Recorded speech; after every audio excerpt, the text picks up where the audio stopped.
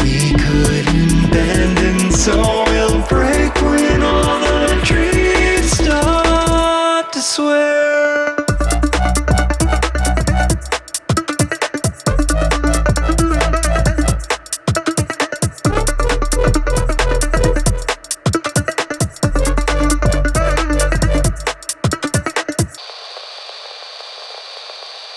Today, I want to show you how you can create that cool, stuttery vocal lead effect that I'm hearing everywhere in dance music right now. This effect can actually be achieved quite simply in Ableton Live using the Warp engine.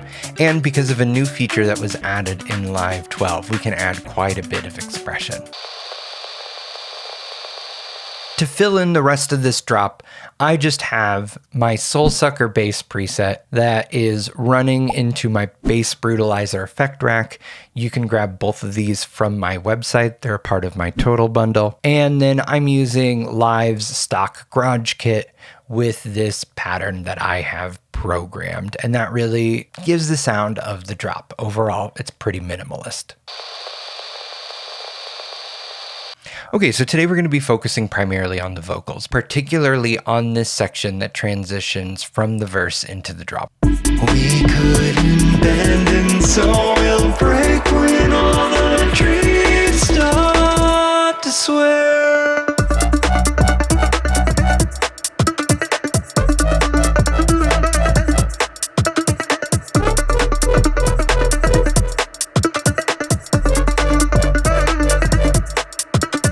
And so if we zoom in here, when all the trees start to swear, we can hear that there is a lot happening in this final measure before we reach the drop. The voice goes from sounding like me to sounding like some sort of fretless plucked string instrument. The core of this effect is the Warp engine. So if we look over here at the Warp engine, we'll see that I have the warp mode set to beats and the preserve to 16th notes. We can take advantage of the sub functions of the beats warp mode. It focuses on preserving a specific aspect of the rhythm. By default, it's transients, meaning that it's going to preserve any sort of peak. However, you can have it work to preserve a sample based off of a particular rhythmic subdivision. And in this case, I have it focused on 16th notes. Now, where the magic happens is when you combine it with the envelope size function. And so if I actually pop over to a different clip here, and I go ahead and hit play and decrease the size of this envelope, we're going to start to hear a rhythmic stutter at a rate of every 16th note. We couldn't bend and so we'll break. And that's the foundation of this effect. Now, on the clip in particular that we're working with here, I am achieving that by automating this envelope size via an envelope. And this has to be one of, if not the most requested feature I have seen in Live since I started working in the software nearly 10 years ago. There are so many cool parameters of the Warp engine, and finally, we can automate them via clip envelopes. And that is what I'm doing here. So from this first drop-down menu, I've just selected clip. Clip is going to allow you to adjust parameters inherent to the clip, which does include the Warp engine. And so clicking down, there is transient envelope. And so that's the foundation of this transition here. Let me play the clip with this envelope so you can see what I'm talking about. When all the trees start to swear. And so with all of these other clips, then at that point, I just have the envelope stuck to about halfway closed. But where some of the magic comes is when I start to open up the clip automation a little bit. If we stick with the string instrument metaphor that I offered up at the beginning, this is almost as if the player is holding down the note a little longer, right? The envelope of that note is longer. It's not quite as staccato. And that, coupled with a transposition automation, which we're really just going up a semitone, helps to create this really interesting rhythmic musical effect that feels like we're sitting between the notes on the scale, as if we're working in some sort of tuning outside of your Western 12-tone equal temperament. So that is the core of what's happening here. Really quickly, I have a small request of you. If you've been enjoying my content, my teaching style, and the music that I've been making in these tutorials, would you consider sharing this video on social media or with a producer friend that you think would benefit from learning this content? I'm working really, really hard to try to get this channel to 10,000 subscribers by the end of this year, and your support and sharing the word would mean so much to me. Consider it. So let's talk about the effects processing that is actually making this pop. Let me play this little transition for you without the effect chain.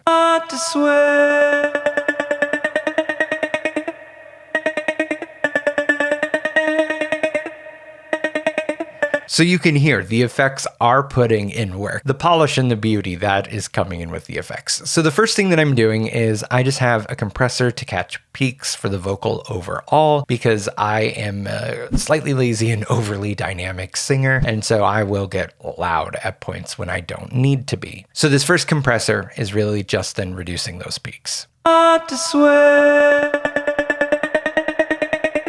Promise the seasickness won't last forever. Next then, I've got a glue compressor that is just boosting the overall average of the signal while not necessarily adding any gain to the transients.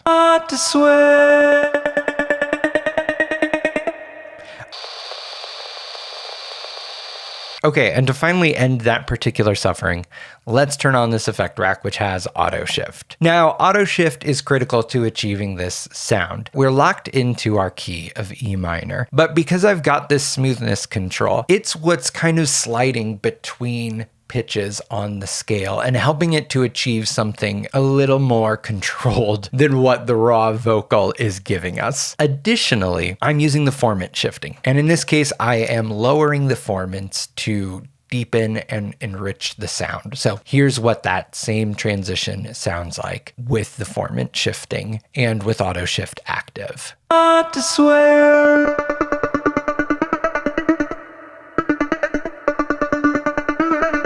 So this is probably the second most critical aspect to this kind of sound, as that darkening of the voice and the formant shifting helps to subtly cue in the listener that we're in a new, different section. As a side note, if you're interested in how I'm achieving these vocal harmonies, we couldn't bend and so we'll break when all the trees stop. I would encourage you to check out this video that you're going to see a card for above you, and is a link in the description, in which I completely walk through my technique for creating vocal harmonies using auto shift. You'll learn how to do this in that video. Now, moving beyond auto shift, next in the chain, I have an instance of OTT. So let me play it without OTT. And then adding OTT in. I intentionally use OTT subtly, despite the fact that it is called over the top. And I'm doing this for a couple of different reasons. One, I don't want the vocal to sound crazy over hype. I just want to control everything, and I want to add a little bit of detailing. So I've made some adjustments to this preset based off of my needs. I've raised the low crossover to 250 hertz because earlier in the vocal, I am singing in a much lower register of my voice, and there's a lot of boominess to some of those lower notes. And so just having this OTT here, in which I'm not boosting it as much as the mid and the high crossovers, allows me to control the dynamics of that specific range, which is essentially the function of a multi-band compressor. From there, I've got an instance of shifter that automates to come on specifically at this drop point. It's set to 50-50 wet dry, and I am just using it to widen the signal by detuning the left and the right a little bit. I've tightened up the window too, so that it's more snappy and responsive, which is what I want for this rhythmic section. Let me play from a little farther back here, and you'll hear the shifter engage. When all the trees start to swear.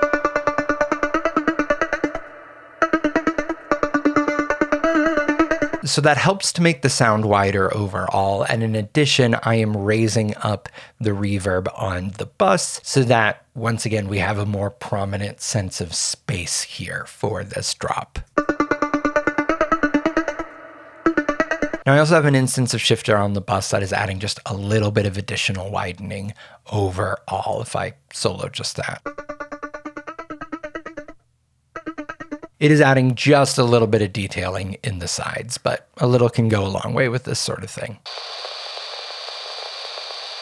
And then finally in my vocal chain, I just have an instance of EQ8 that is cutting off excess low end and is really just adding a little bit of a shelf up at the top end to add some detail. Let me play this vocal without it. When all the trees start to sway.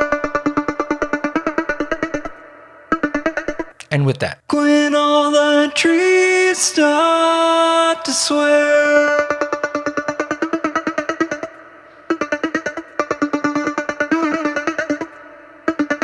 And that just adds a little bit of extra detailing to the top end. We couldn't bend and so we'll break when all the trees start to sway.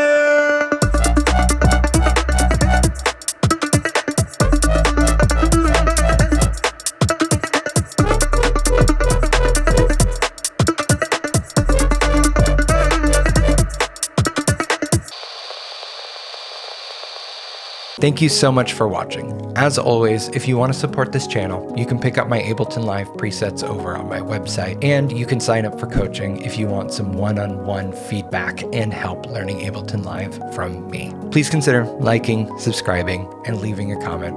It means so much to me, and I'm glad that you all are really enjoying this content. Till next time.